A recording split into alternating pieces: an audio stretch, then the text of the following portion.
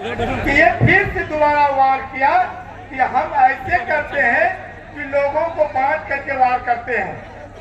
आज वक्त बिल को जो ये अपने हिसाब से ये संशोधन करने के लिए जा रहा है, तो हम कहते हैं कि आने वाले दिन में दलित समाज के लोग जो है उस पे भी ये सरकार चोट मारेगी। इसलिए मारेगी कि इसका दिमाग में ये है कि अभी मुस्लिम के साथ देखते हैं कि दलित भाई आता है कि नहीं, गैर मुस्लिम लोगों के साथ आता है कि नहीं। हम कहते हैं कि आपके हक की लड़ाई में दलित पुरजोरों से साथ है, गैर मुस्लिम आपके कदम से कदम साथ है। इसलिए दलित आपके साथ है कि वो दलित समझता है कि जब हमारे हक की बात चल रही थी और जब हमारे हक छीनने के बाद हुआ था तब मुस्लिम मजलिस वक्त की बहुत कमी है। ये जो हम लोग काला कानून के विरोध में एक जगह एकत्र हुए हैं, और इतना ही नहीं ताकि जंग आजादी की लड़ाई हम लोगों ने लड़ी है, और हम लोग सेकंड फेज में हम लोग सब एक सारे लोग सेकुलर मिजाज के लोग भी लड़ा है। आज हमें ये हुकूमत किसी नजर से देखती है। और उतना ही नहीं, 1857 में जब पहली फिरिस्त में हिंदुस्तान की लड़ाई हुई थी तो 18,000 उलमाए किराम का गड्ढे को काट कर दिल्ली लाहौर गेट से वहां तक टांग दिया गया था। उस पर कोई नहीं था, उस पर सिर्फ मुसलमान ही था। और सेकंड फेज में तब उसके बाद मुसलमानों के साथ जो भी समाज के लोग हैं बंद होनी चाहिए।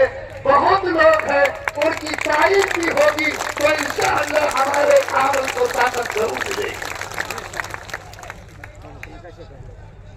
हमको मिटा सके ये जमाने में दम नहीं, हमको मिटा सके ये जमाने में दम नहीं, हमसे जमाना खुद है जमाने से हम नहीं।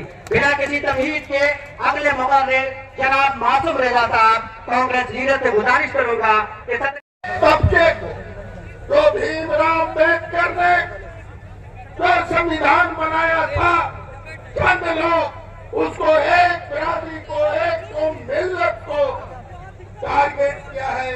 उसके लिए एक एक आदमी को लड़ना होगा। मैं आखिरी में एक शब्द कहकर मैं बैठना चाहता हूं कि आप आज़म करें, इरादा करें की हुई सरकार है वो उसको उखाड़ के फेंकना होगा,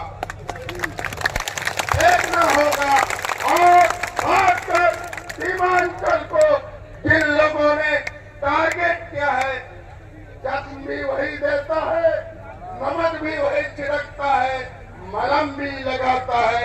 सियासत जब तक नहीं करोगे इसी तरह तुमको बार बार तुम्हारे पर अंकुश लगाने का काम करेगा। जिंदा काम 5 साल इंतजार नहीं करता। बहुत बहुत शुक्रिया। अब मैं यहाँ की अदब के साथ देश के संविधान के पक्ष में यहाँ आए हुए तमाम साथियों को मैं अपनी पार्टी सीपीआईएमएल की तरफ से आपका इस्तकबाल करता हूँ, आपको सलाम करता हूँ, नमस्कार करता हूँ और लाल सलाम पेश करता हूँ।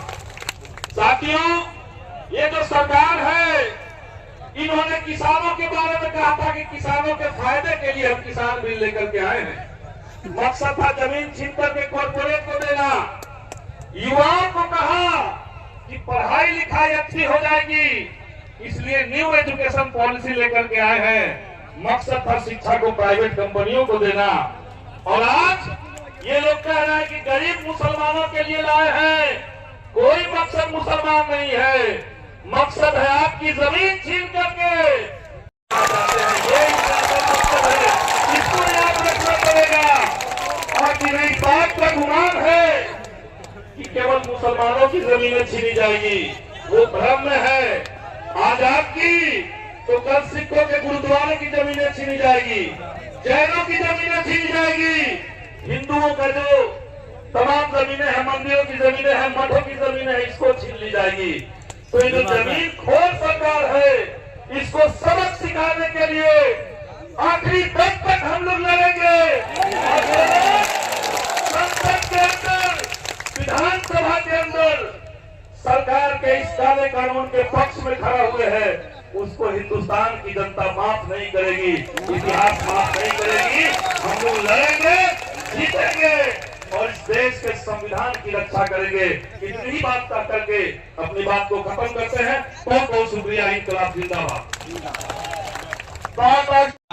बिस्मिल्लाहिर्रहमानिर्रहीम व बिही नस्तईन अम्मा बाद। अल्लाहु ताला लन तनालुल बिर्रा हत्ता तुनफिकू मिम्मा तुहिब्बून। सदक़ल्लाहुल अज़ीम। वसंग गाना जो हाइल है रास्ते से हटाकर दम लेंगे।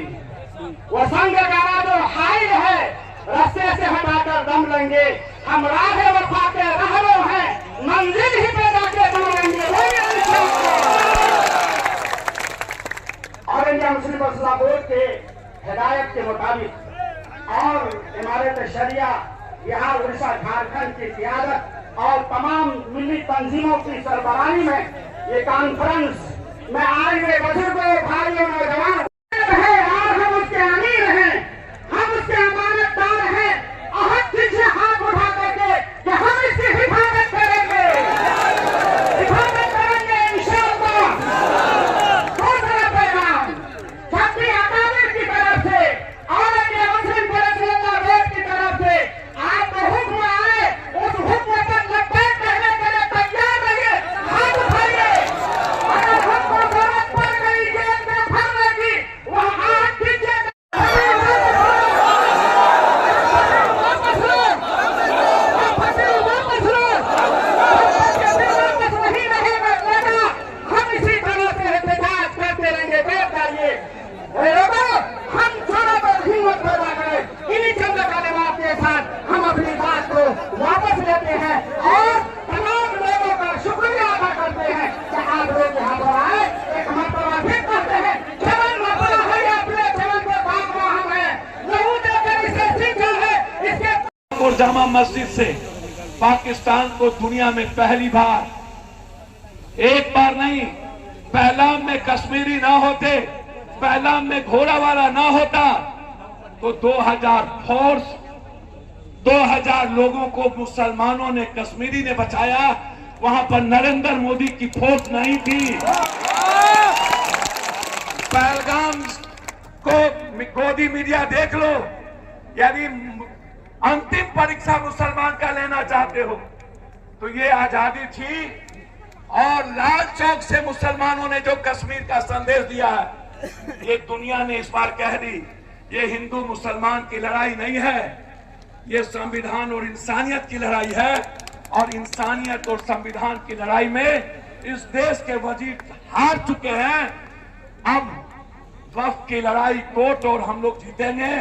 आप चिंता मत करिए, आप आवाज देते रहिए, आप बोलते रहिए, आप संविधान हाथ में रखिए, आप गरीबों से प्यार करिए। जब तक पप्पू यादव जैसे लोग इस मुल्क में हैं, तब तक अपना खून देगा, इंसानियत को खत्म नहीं होने देगा। मैं आपका खून हूं, मैं आपकी परछाई हूं। अल्लाह हमेशा आपको खुशी रखे। आप लोग रैली की तैयारी कीजिए, हमेशा इस्लाम के राह पर चलिए, कुरान को मानिए, रैली वाले जो हदीस लोग के हैं, साथ आगे बढ़िए। रैली वाले लोग जितना नफरत आपसे करे, आप सिर्फ नरेंद्र मोदी से मोहब्बत करिए। वो जितना नफरत करे उसकी नफरत मत आप छोड़िए। उसको आपके मोहब्बत में ना मार दे, मेरे पैदाइश पे फर्क होगा।